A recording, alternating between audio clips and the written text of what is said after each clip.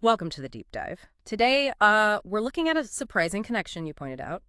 Robert Louis Stevenson's Dr. Jekyll and Mr. Hyde, the classic, and, well, modern artificial intelligence. Yeah, it's fascinating, isn't it, how a story that's so old, really digging into human nature, can suddenly shed light on something so cutting edge like AI. Right. So our mission today is basically to explore that.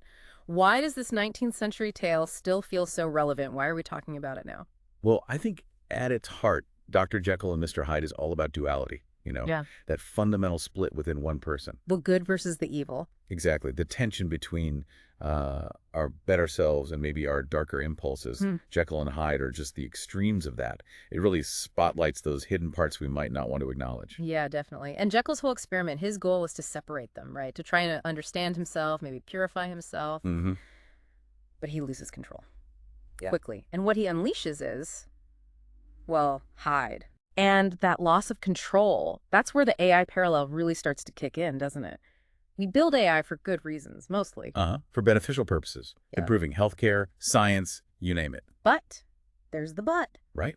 But the same underlying tech, the same AI systems, they could be used for harmful things or just have unintended consequences. That's the duality in AI. So it's not like the AI itself is Jekyll or Hyde. Not necessarily conscious good or evil, no. It's more about the potential uses and the range of outcomes. The same algorithms, the same code can produce wildly different results, just like the same man housed both Jekyll and Hyde. Okay, let's talk more about that loss of control, because in the book, it gets bad for Jekyll. Hyde starts taking over involuntary transformations. Yeah, he becomes powerless. Hyde gains dominance. It's a descent. So when we look at AI, especially these increasingly complex autonomous systems, is there a similar risk that we might create something we can't fully understand or manage anymore? That's a huge question. And it ties into this idea of the unseen, the hidden aspects. Yeah. Victorian society saw Hyde's actions, the horror, but they didn't connect it back to the respectable Dr. Jekyll, not at first. Ah, okay. So how does that connect to AI? It reminds me strongly of the black box problem in AI. You have these incredibly complex algorithms. Right, like deep learning networks. Exactly. And sometimes even the creators don't fully understand how the AI reaches a specific decision or output. You see the result, but the internal process is opaque. It's a black box. Like a recipe where you get the cake, but the exact chemistry, why this step led to that texture, it's murky. Precisely.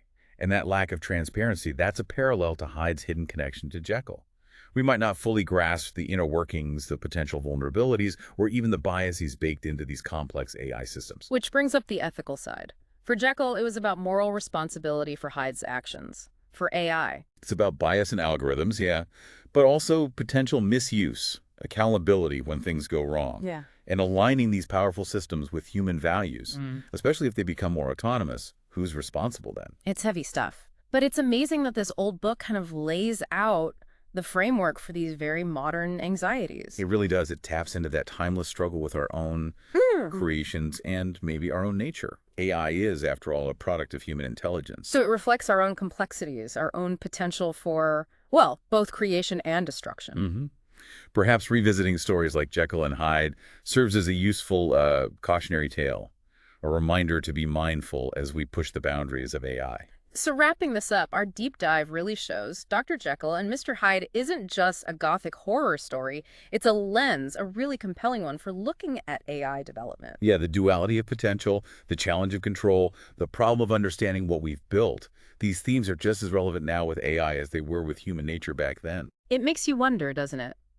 As we keep building more sophisticated AI, are we, in a way, running our own version of Jekyll's experiment? That's the provocative thought, I suppose. What kind of unforeseen highlight consequences might emerge from the intelligence we're creating? Something to definitely keep thinking about. Thanks for exploring this today.